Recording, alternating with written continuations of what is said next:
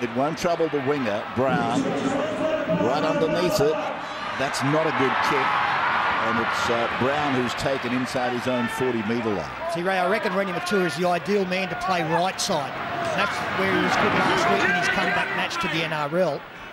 With Jared Hayne operating left and Matua as a presence on the far side, he'll be quite successful. It looks like Chris Hyington, one of the carry players. He gets a pass away. That's Woods taking it over halfway.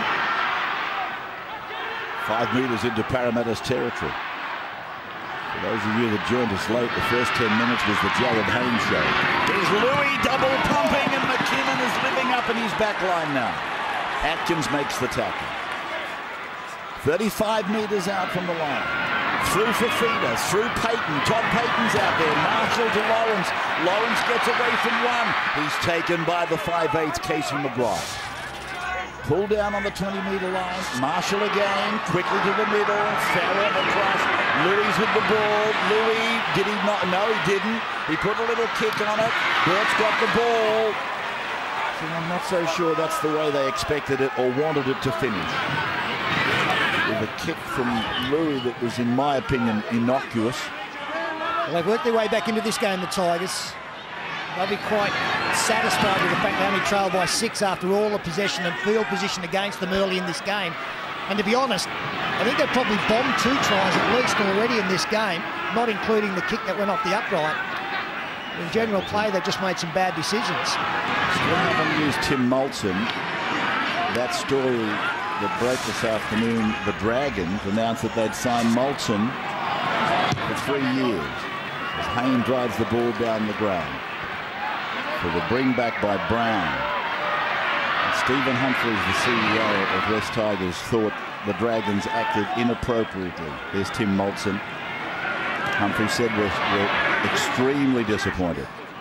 The action by the Dragons to make this announcement prematurely and without reference to us is arrogant and disrespectful to our club and to Tim Moulton. The fact that they made it on the eve of our game tonight is just plain bad form. That's Stephen Humphries. And I told you I'll try and talk to Peter Doust off air at halftime to see what he has to say. Here is Farrer giving it on to Todd Payton. Payton, well, Todd's another that's been out for a long time. He got injured back in round 6. And another pleasant sight for West Tigers fans to see him back. He's going to retire at the end of this year, Todd Payton. Marshall finding the line deep in Parramatta territory. Brad Fittler sideline. I haven't seen a lot of the Tigers in recent weeks, but I'm sure, just thinking back to where Gareth Ellis has made an impact for them since coming over from England, he's operated mostly on the left side. Tonight he's right. I wasn't sure if that was to facilitate Murdoch Masilla into the team, but Gareth Ellis was so good on the left, I'm surprised that they've moved him from that side. Yeah, I think definitely. I think that's a problem that you've pointed out in the game, Sterlo, is how young players come through and they're just a dominant left or a dominant right. We saw Jacob Loco, that really young gun Parramatta centre. He's a left centre because he can't carry the ball in his left hand. It's something we really have to teach these young kids coming through because they're so potent in every other area they're going.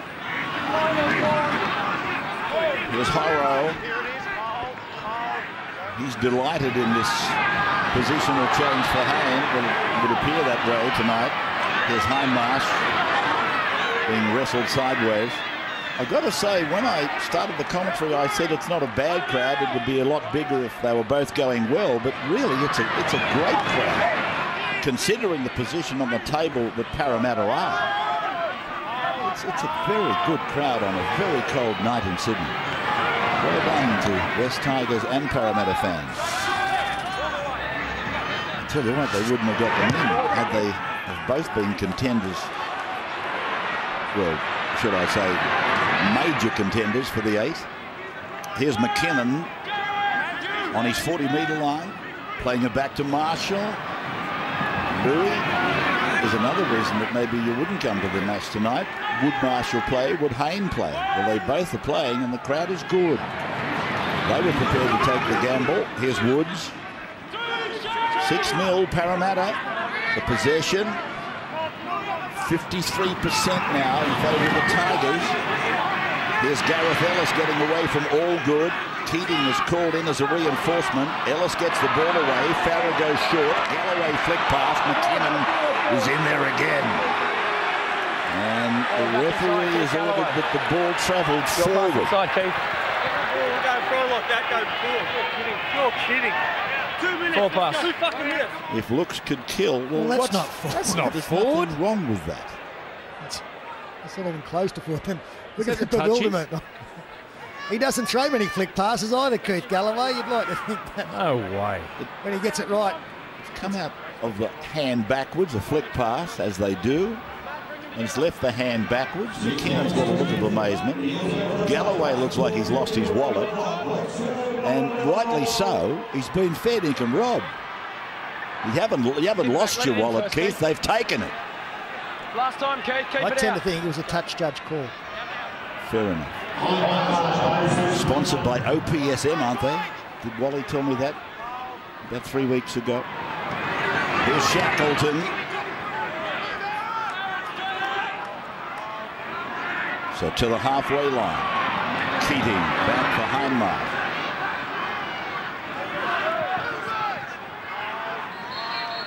Yes, OPSM on the sleeve, and Amy, of course. You'll be happy you're with Amy, but these boys have got OPSM on their shirt sleeves. Keating.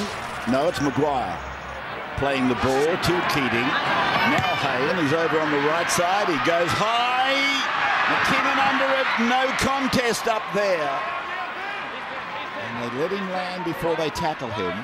The last couple of kicks from Jared Hayne have been well placed, and the chase hasn't been particularly good. They've arrived. Well, they haven't contested, as you pointed out, Ray, and in the end, it's been pretty comfortable catches. There's Chris Lawrence. It's really, have a look. They really haven't put the foot down at the end of it there, and I think they're close enough to put more pressure on. So here's the Tigers. There's Louis, and Robert Louis away. Inside the 31 to beat. Oh, he's gone and almost lost his footing before Burt takes it off him one-on-one, and Hayne has got the ball for Parramatta. Well, Bo Ryan on the right wing must be thinking, well, nobody wants to talk to me. I think Robert Louis had too much time. I think He got did the clear, too. he looked outside, does all the hard work, Here it beats is again. Justin Horos. Sees Benji calling on the inside, whether it was the presence of Benji Marshall screaming for the ball inside, but just took his eyes off Bo Ryan. Luke Burt getting some attention. 2.5 minutes of the first half remaining. Sunday's game. You'll see the Manly club in action at Brookvale against the Rabbitohs, the decimated Rabbitohs. But of course, when Manly plays South Sydney, there's always a little bit of fire and brimstone. The older audience would remember that Manly took plenty of South Sydney players over to their club in the 70s. I don't think that's ever been forgotten. Here's Matua now, 27 away from his own line. You're watching Friday Night Football for Bundaberg on the Wide World of Sports here on Channel 9.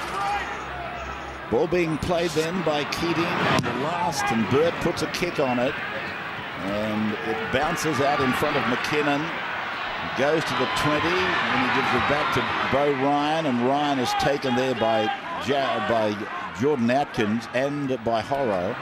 Here's Ashford. He's run it all good.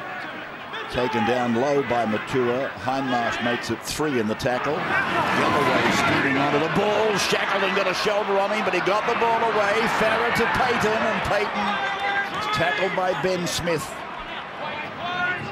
So Payton plays it to Farrah.